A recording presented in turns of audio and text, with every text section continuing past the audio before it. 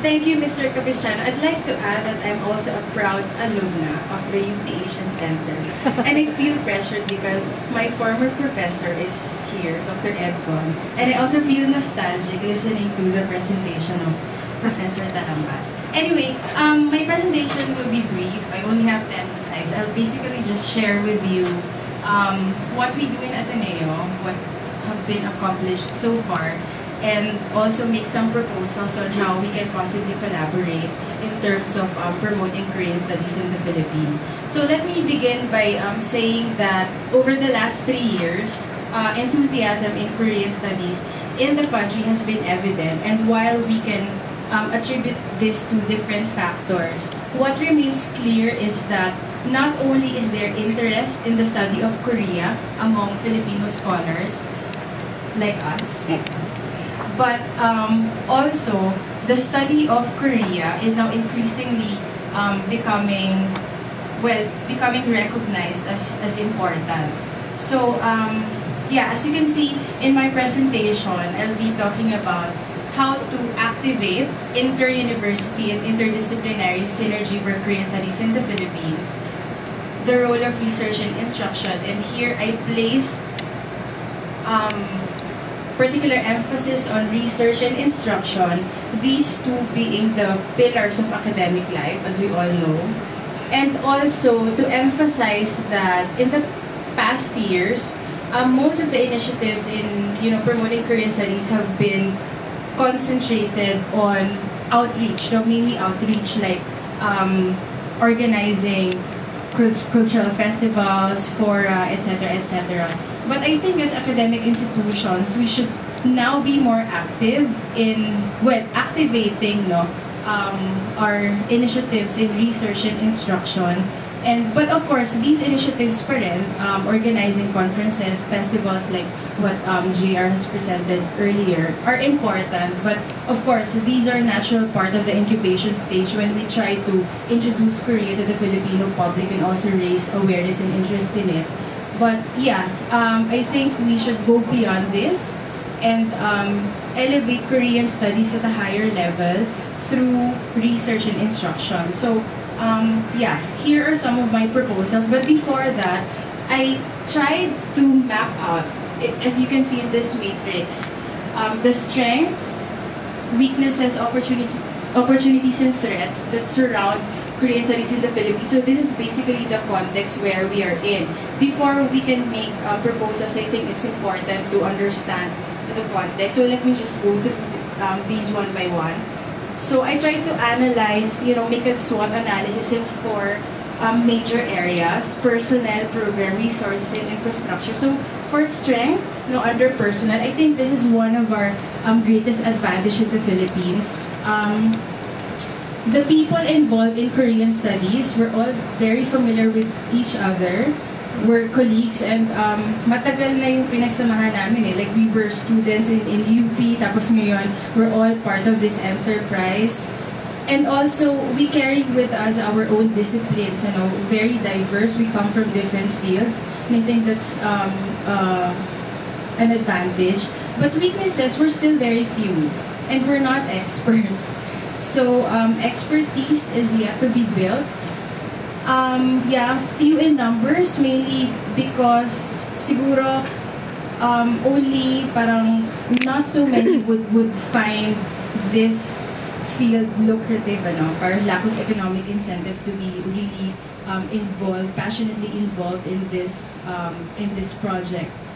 Now for program, availability of Korean Studies courses and expansion of curriculum with Korean Studies content, and this is very much visible in both UP and Ateneo. UANP also is now beginning to develop courses related to Korea.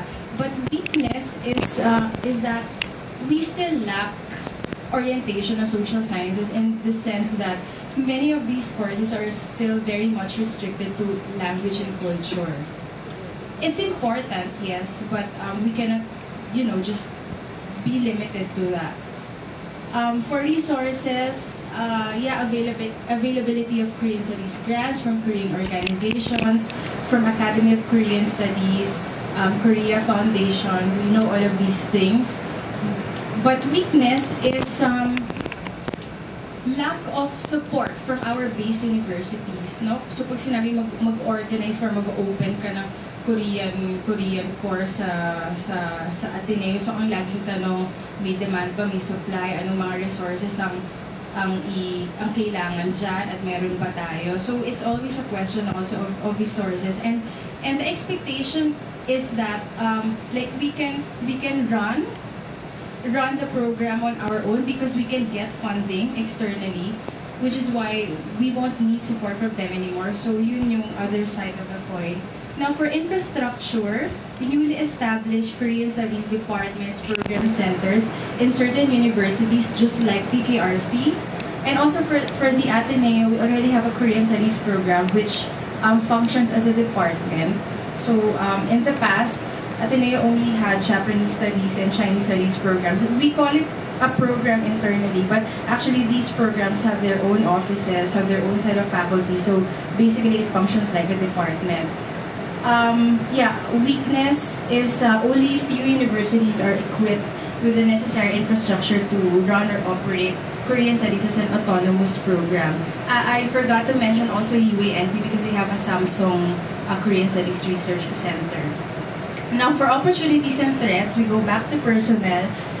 We have a lot of Filipino students who receive scholarship, Korean scholarships, who studied in Korean universities, and many of them are returning to the country, so possibly we can recruit them to be involved in this enterprise. And also, there have been diverse training opportunities for current Korean studies scholars, brought about by the big grants from Korea. They also try to internationalize their education, so they recruit people to be trained in Korea, etc., which is also an advantage for us. But threats, potential decrease in the number of scholars who are willing to pursue Korean studies, as I've mentioned, maybe because of lack of economic incentives that's attached to this. And inactiveness of scholars who studied in Korea before, but now they're here. They don't feel very much passionate to be involved. So that's a threat. For program, I mainly mean courses, academic programs. So Korean Studies is a new and interesting field that can offer diverse themes for research. Especially on Filipino-Korean relations, ang daming pwedeng tignan mga issues na pag-aralan na pwedeng gawing research, not just about Hallyu. But threats, institutional systemic restrictions, syempre bawat university may kanya-kanyang sistema yan may mga restrictions, hindi naman ganun kadali, bigla ka na lang mag-open ng Korean studies. Competition also with more established programs, na nabibigyan ng mas priority, or historically they're more established, which is why they get more attention from the university than Korean Studies, and besides, Korean Studies is still very small. Now for resources, opportunities, existence of private Korean companies which may be tapped for support. I think kailangan natin itong susugan dahil ang daming kumpanya dito sa Pilipinas na Korea na dapat itap natin na supportahan itong initiatives na ito. And for threats, diminished or realigned grants from Korean agencies and other sources. For example, Korea Foundation and Academy of Korean Studies, these are two major funders for overseas Korean studies, and last year they had a restructuring in the sense that yung budget ng Korea Foundation parang na-diverge sa Academy of Korean Studies, so nagkaroon ng realignment. So hindi natin alam, because of restructuring and realignment, kung magiging priority ba ang Philippines in the next year. So makaka-receive ba tayo ng grant, or kung makaka-receive tayo, will we receive the same amount or liliit na? So anyway, this is the context, This is where we are, I think. I hope I was able to capture the main points. So going to the proposals, given the context, I'll begin with instruction and teaching. So here I enumerated 5, 3 of which, the first 3, have been experienced na by Ateneo. We're actually doing this already. Inclusion of Korean content in existing courses.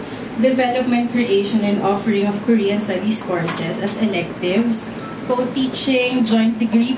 The last two, these are new proposals. In fact, the fourth one I've already discussed with, informally with Sir Edcon. And fifth, development of materials for Korean studies and resource exchange. Now, for instruction, in Ateneo, what we did was I think it was in 2012, 2013, and I'm actually happy that my two colleagues are here. Dr. Guevara, she's the pioneer professor teaching Korean literature, I think, in the Philippines, modern Korean literature and English translation. She's with the English department. And Mr. Oliver Quintana, he's with Polisci naman. Now he's trying to develop a course on Korea plus ASEAN. So, hindi kasi madaling mag-develop ng kurso o Korean studies, no? Autonomous course on Korean studies. Kasi ang tanong dyan, may kukuha ba? Or may magtuturo ba? Masusustain ba yan? So what we did to introduce Korea, we tried to incorporate Korea content in already existing courses. For instance, in Polisci 131, International Political Economy. So it's basically a general course where you can include discussions and themes on Korea as well. And History 141, Modern East Asia. So automatic naman na may Korea dyan. Literature 13, it's through this course that Dr. Guevara was able to pursue yung modern Korean literature to create it as an entirely new course na. Pero